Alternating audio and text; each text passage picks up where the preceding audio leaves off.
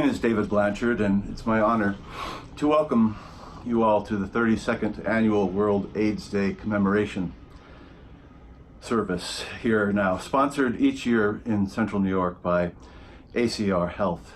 This year commemorating the 32nd anniversary of the acknowledgement of World AIDS Day.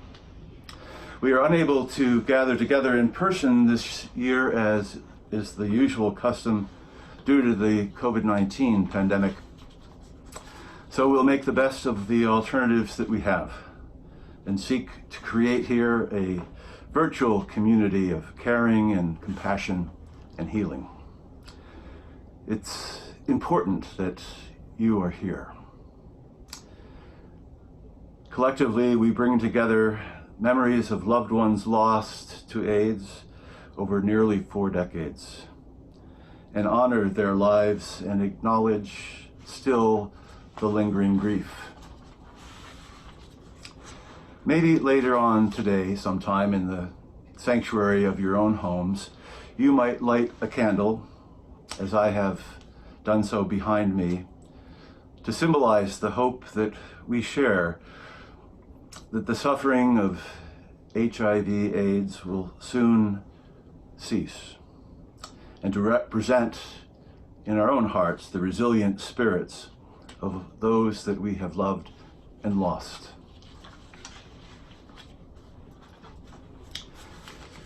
When I learned that resilience was the theme of this year's commemoration of World AIDS Day, I thought it might be best for me to consult my Webster's to be sure that I was on the same page as everyone else.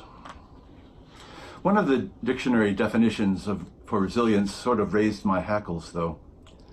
The primary meaning was the power or ability to return to the original form or position after being bent, compressed, or stretched.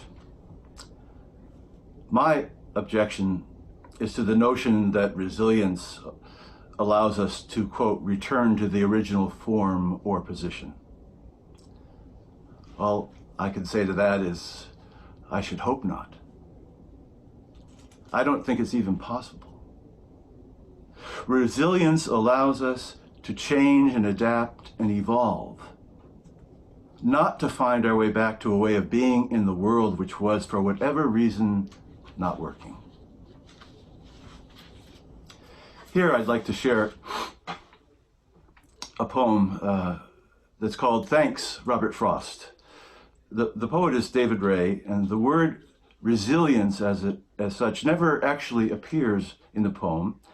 It's a lot wordier than any dictionary definition, but there's something about it that struck me as more accurate, more truthful about this notion of resilience.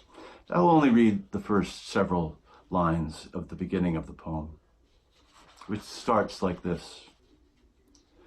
Do you have hope for the future? Someone asked Robert Frost toward the end. Yes, and even for the past, he replied. That it will turn out to have been all right for what it was. Something we can accept. Mistakes made by the selves we had to be.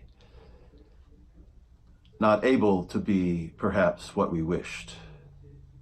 Or what, looking back, half the time it seems we could so easily have been, or ought. Hope for the future, yes, and even for the past, that it will become something we can bear. Let me repeat those last couple rich lines. The future, yes, and even for the past, that it will become something we can bear. And if that's not resilience, I don't know what is. Resilience is not a form of restoration as far as I can understand it.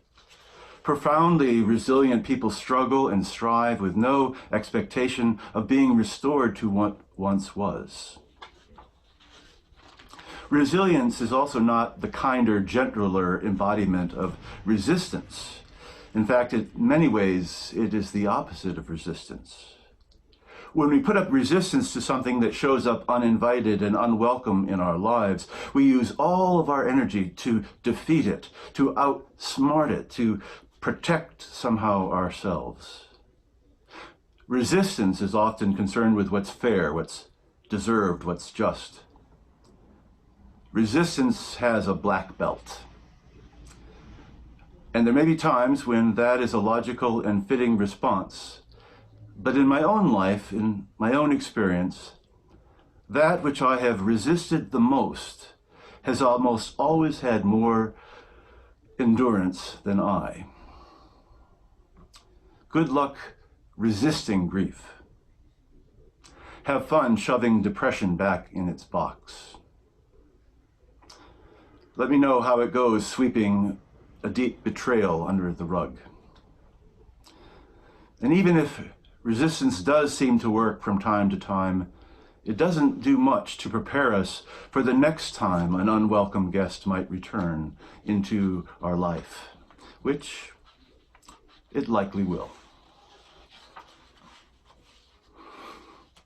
It's taken me a long time to trust the resilient path. It requires a lot more patience than my constitution was endowed with at birth. Not everything in life can be fixed in a flash. And sometimes blessings appear in the form of disasters.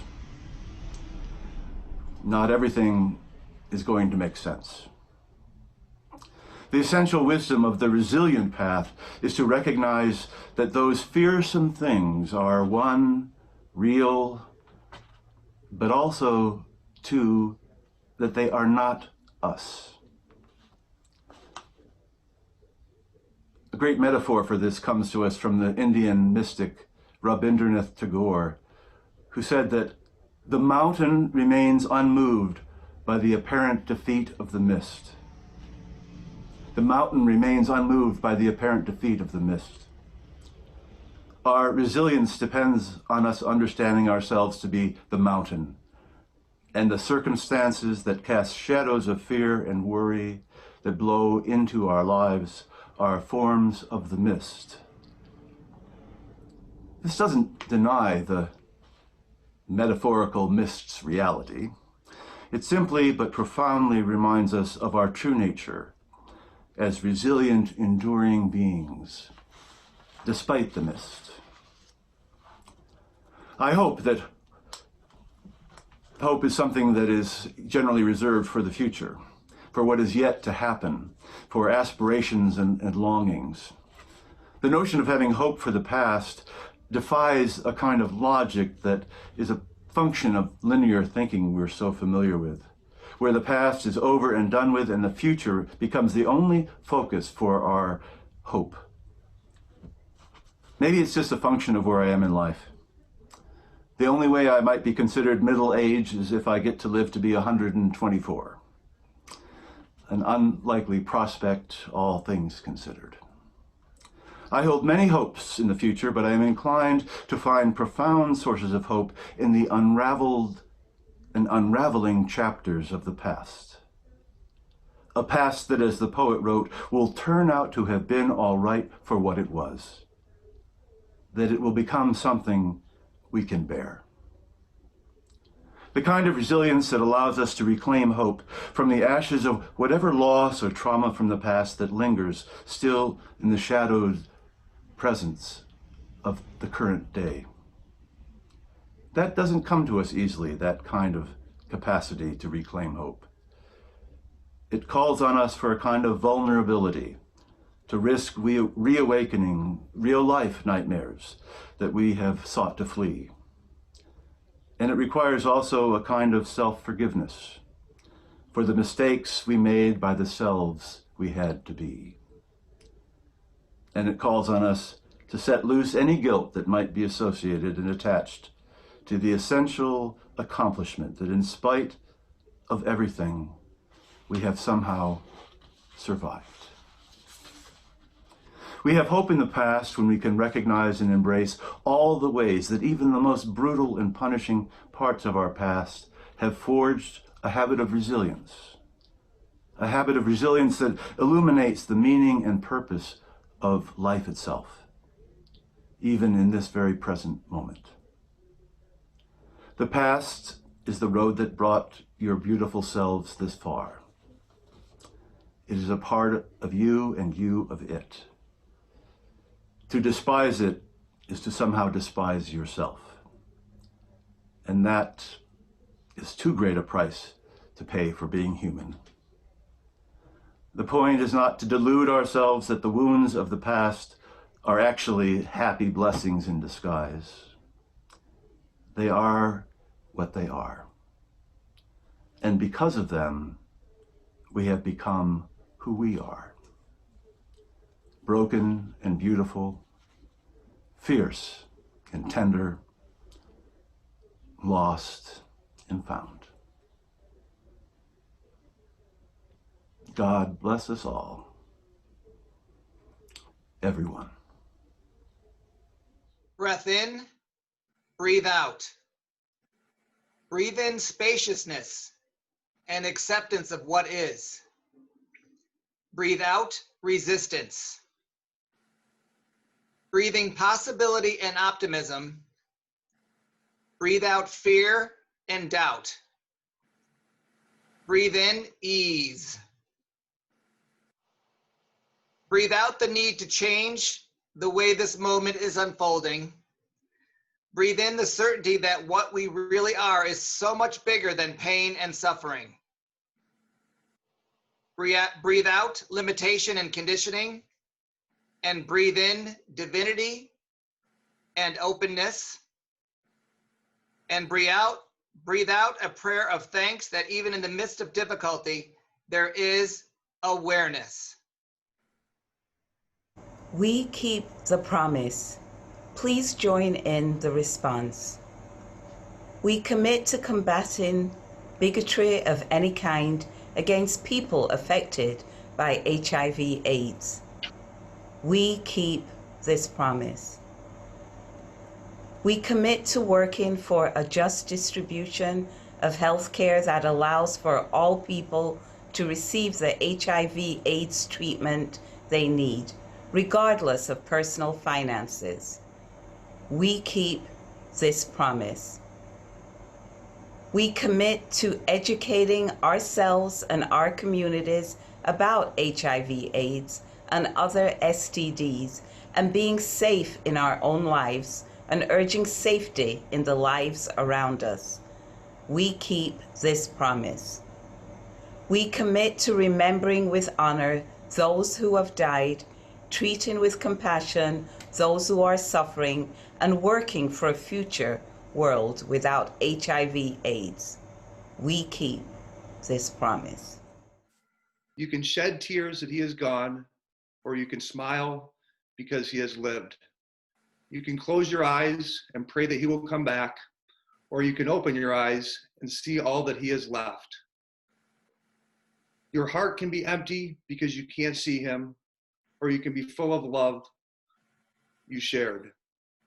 You can turn your back on tomorrow and live yesterday, or you can be happy for tomorrow because of yesterday. You can remember him and only that he is gone, or you can cherish his memory and let it live on. You can cry and close your mind, be empty and turn your back, or you can do what he would want. Smile, open your eyes, love, and go on. AIDS was first recognized as a disease in 1981. In the 39 years since, 206,641 New Yorkers have been diagnosed with HIV/AIDS. 130,259 of them have died.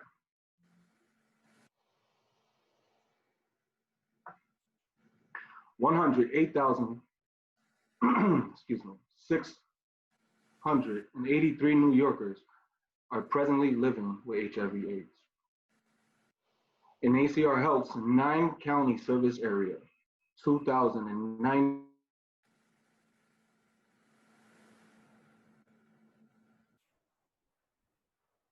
people are living with HIV/AIDS. the AIDS epidemic, 14,532 New Yorkers were diagnosed with HIV or AIDS. The number of new infections in 2018 is estimated to be 2,481. New York AIDS deaths reached their peak in 1994, when 9,566 died of AIDS. In the past decade,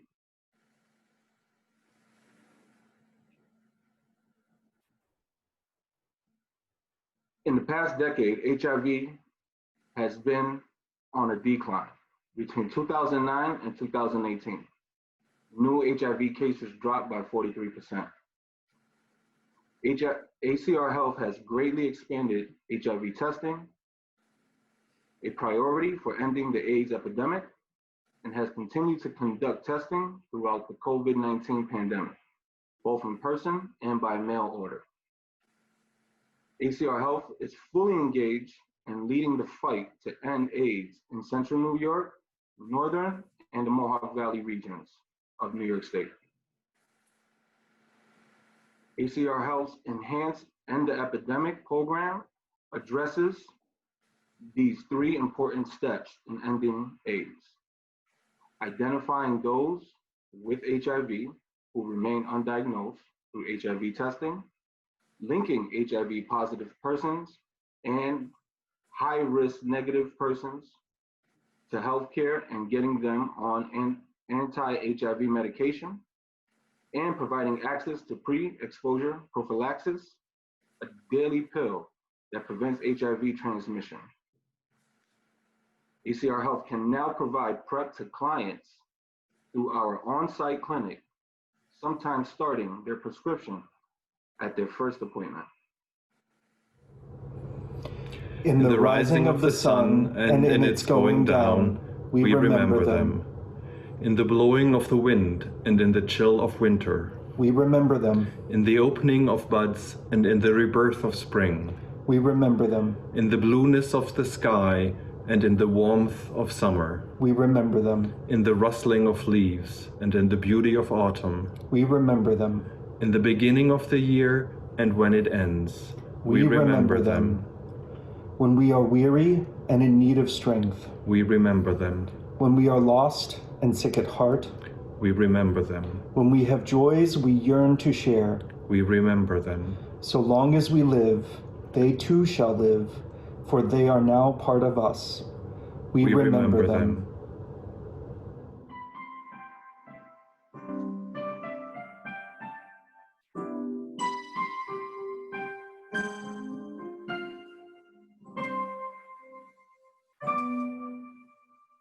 You've got to give a little, take a little, and let your poor heart break a little. And that's the story of, that's the glory of love.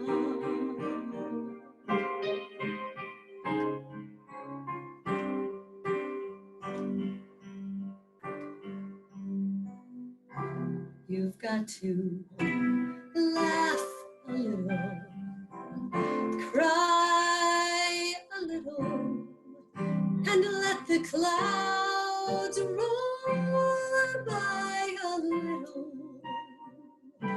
And that's the story of, that's the glory of love.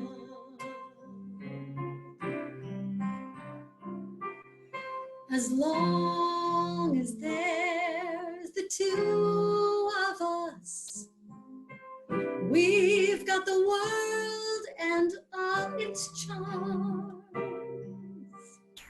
And when the world is through with us, we've got each other's arms.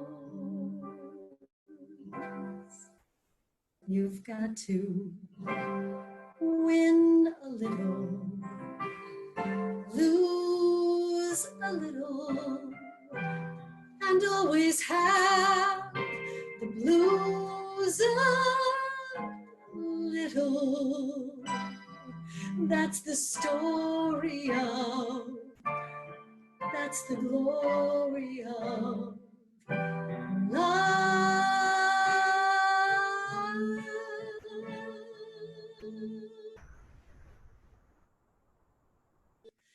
That's the story of, that's the glory of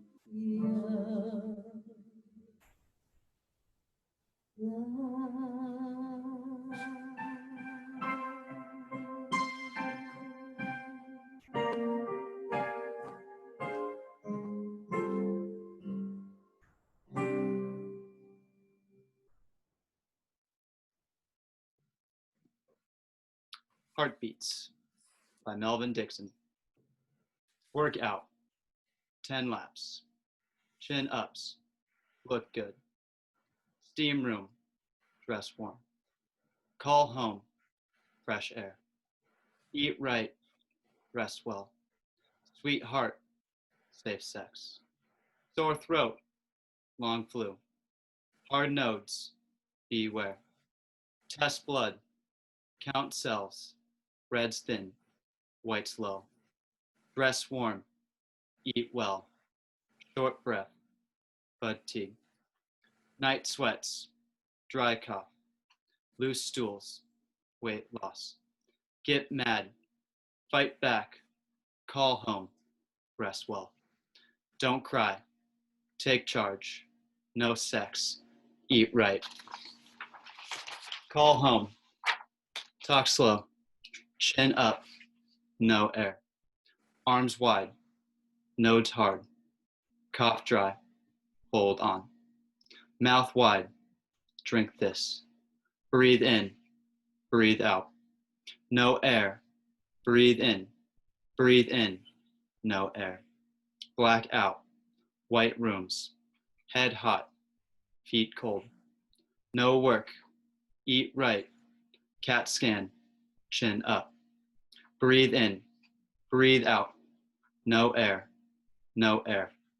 Thin blood, sore lungs. Mouth dry, mind gone. 6 months, 3 weeks, can't eat, no air. Today, tonight, it waits for me. Sweetheart, don't stop. Breathe in, breathe out. One day you finally knew what you had to do and began, though the voices around you kept shouting their bad advice. Though the whole house began to tremble and you felt the old tug at your ankles. Mend my life, each voice cried, but you didn't stop. You knew what you had to do, though the wind pried with its stiff fingers at the very foundations, though the melancholy was terrible. It was already late enough, and a wild night, and the road full of fallen branches and stones. But little by little, as you left their voice behind, the stars began to burn through the sheets of clouds. And there was a new voice, which you slowly recognized as your own, that kept you company as you strode deeper and deeper into the world, determined to do the only thing you could do, determined to save the only life that you could save.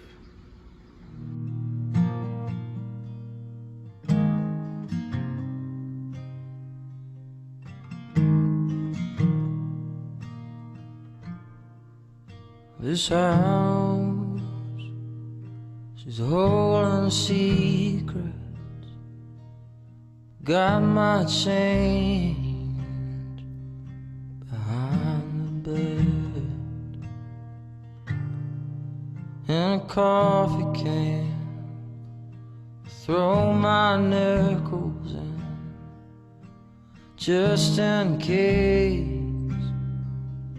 I have to leave. And I will go if you ask me to, and I will stay if you dare.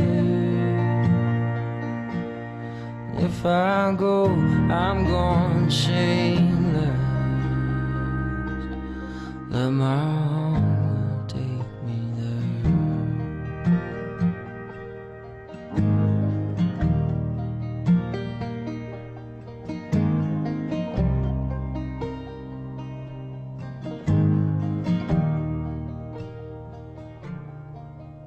This house is quite the talker. She creaks and moans. She keeps me up. And the photographs know I'm alive. And they just laugh as I burn down. And I will go if you ask me to. I will stay if you dare. And if I go, I'm going on fire. Let my anger take me there.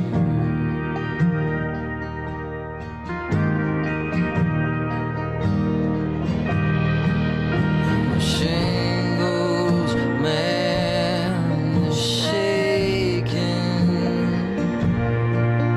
Back doors burning through. This old house, she's quite the keeper. Quite the keeper.